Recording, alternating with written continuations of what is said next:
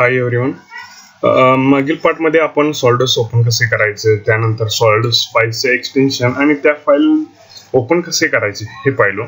आज या पार्टमध्ये आपण पार्ट ओपन करून पार्ट कसा हाताळू शकतो व काय काय पॅरामीटर्स आपण त्या पार्टचे चेक करू शकतो हे पाहणार आहोत. फाईलमध्ये जाऊन ओपन मध्ये जाऊन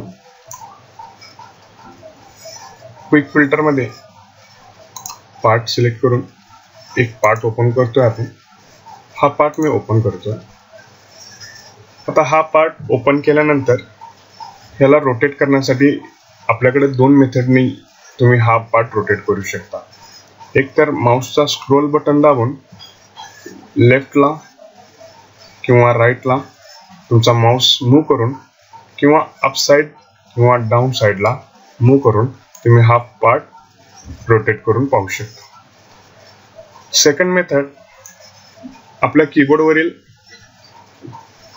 एरो की प्रेस करून अपवर्ड डायरेक्शनला किंवा डाऊनवर्ड डायरेक्शनला प्रेस करून किंवा राईट एरो प्रेस करून किंवा लेफ्ट एरो प्रेस करून हा पार्ट तुम्ही रोटेट करू शकता.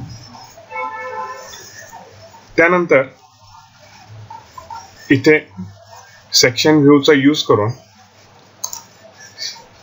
सेक्शन वेगळे सेक्शन फ्रंट प्लेनला, टॉप प्लेनला किंवा राईट प्लेनला असे वेगळे सेक्शन घेऊन आपण या पार्टचा इंटरनल भाग ऑब्झर्व करू शकतो. इथं डिझायर्ड प्लेन सिलेक्ट केल्यानंतर ओके वर क्लिक करा. इथे सेक्शन व्ह्यू तयार होईल. सेक्शन व्ह्यू घेऊन यातील इंटरनल भाग आपण ऑब्झर्व करू शकतो. यातून एक्झिट होण्यासाठी पुन्हा सेक्शन व्ह्यू वर क्लिक करा. यातून आपण एक्झिट होऊ. यानंतर हा जो आपण पार्ट ओपन केला आहे त्याच्या काही प्रॉपर्टीज आपण चेक करू शकतो. इथे आपल्याला पार्टचे मटेरियल कुठले यूज केले आहे हे पाहायचे असेल तर इथे मटेरियल पाहू शकतो. जर पार्टला मटेरियल अप्लाय केलेले नसेल तर तुम्हीही अप्लाय करू शकता. त्यासाठी जस्ट इथे मटेरियलवर राईट क्लिक करून एडिट मटेरियल मध्ये जाऊन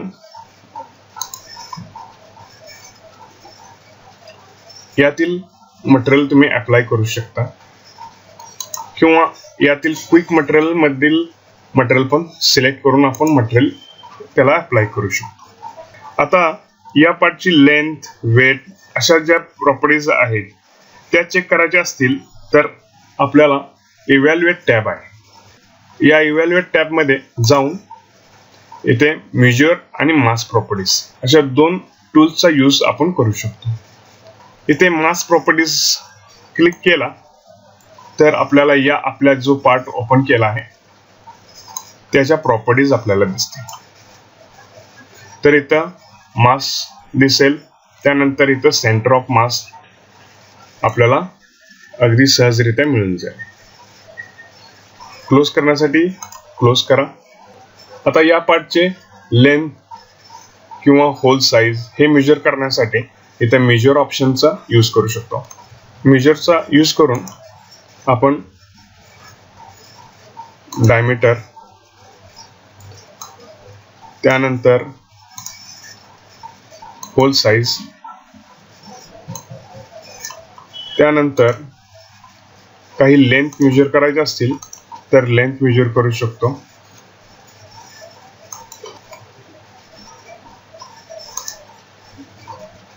इथं नॉर्मल डिस्टन्स दिसेल आपल्याला.